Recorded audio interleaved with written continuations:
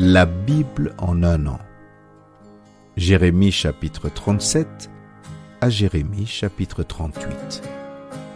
Psaume 89, 38 à 52. Proverbe 25, 28. Lecture du 21 octobre.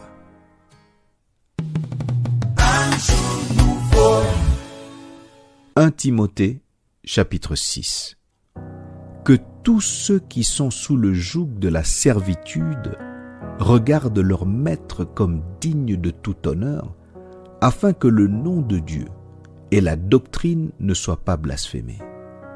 Et que ceux qui ont des fidèles pour maître ne les méprisent pas, sous prétexte qu'ils sont frères, mais qu'ils les servent d'autant mieux que ce sont des fidèles et des bien-aimés qui s'attachent à leur faire du bien. Enseigne ces choses et recommande-les.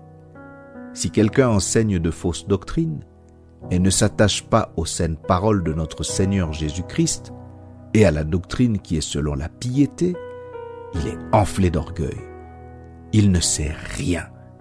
Il a la maladie des questions oiseuses et des disputes de mots, d'où naissent l'envie, les querelles, les calomnies, les mauvais soupçons, les vaines discussions d'hommes corrompus d'entendement, privés de la vérité et croyant que la piété est une source de gain. C'est en effet une grande source de gain que la piété, avec le contentement. Car nous n'avons rien apporté dans le monde et il est évident que nous n'en pouvons rien emporter. Si donc nous avons la nourriture et le vêtement, cela nous suffira.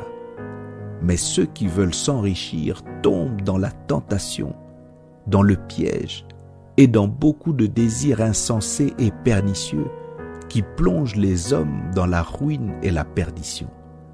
Car l'amour de l'argent est la racine de tous les maux. Et quelques-uns, en étant possédés, se sont égarés loin de la foi et se sont jetés eux-mêmes dans bien des tourments.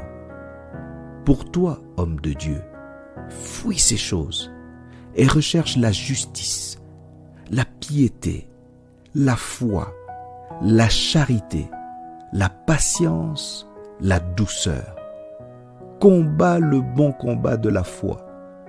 Saisis la vie éternelle à laquelle tu as été appelé et pour laquelle tu as fait une belle confession en présence d'un grand nombre de témoins.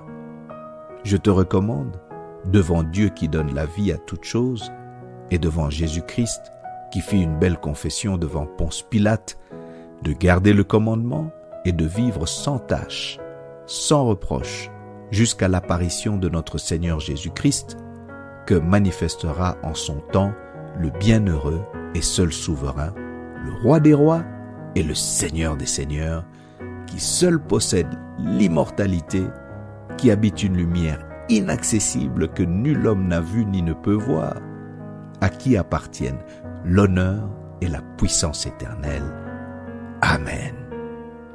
Recommande aux riches du présent siècle de ne pas être orgueilleux et de ne pas mettre leur espérance dans des richesses incertaines, mais de la mettre en Dieu, qui nous donne avec abondance toutes choses pour que nous en jouissions.